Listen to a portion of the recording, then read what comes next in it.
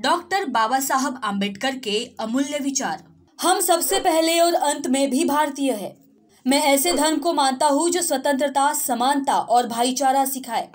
भाग्य में विश्वास रखने के बजाय अपनी शक्ति और कर्म में विश्वास रखना चाहिए। बुद्धि का विकास मानव के अस्तित्व का अंतिम लक्ष्य होना चाहिए। जब तक आप सामाजिक स्वतंत्रता नहीं हासिल कर लेते, कानून आपको जो भी स्वतंत्रता देता है वो आपके किसी काम की नहीं।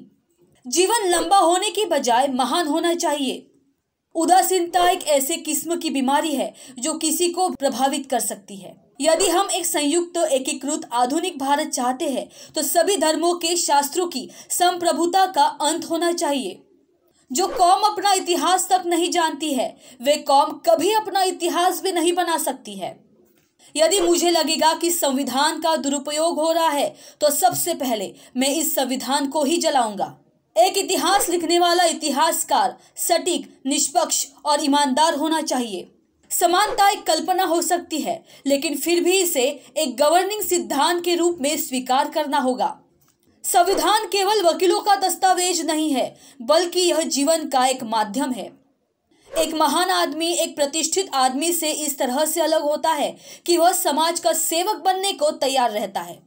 पति पत्नी के बीच का संबंध घनिष्ठ मित्रों के संबंध के समान होना चाहिए।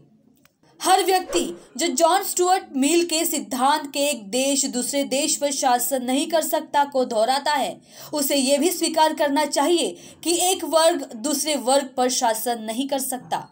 इतिहास बताता है कि जहां नैतिकता और अर्थशास्त्र के बीच संघर्ष होता है, वहां जीत हमेशा अर्थशास्त्र की होती है। निहित स्वार्थों को तब तक स्वेच्छा से नहीं छोड़ा गया है जब तक कि मजबूर करने के लिए पर्याप्त बल न लगाया गया हो। मनुष्य नश्वर है, उसी तरह विचार भी नश्वर है।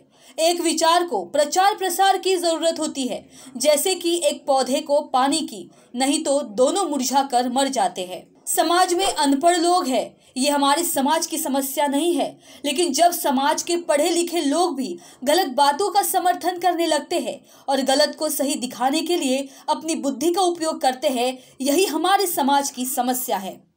कानून और व्यवस्था राजनीतिक शरीर की दवा है, और जब राजनीतिक शरीर बीमार पड़े तो दवा जरूर दी जानी चाहिए। विचारों को पढ़कर बदलाव नहीं आता, विचारों पर चलकर ही बदलाव आता है।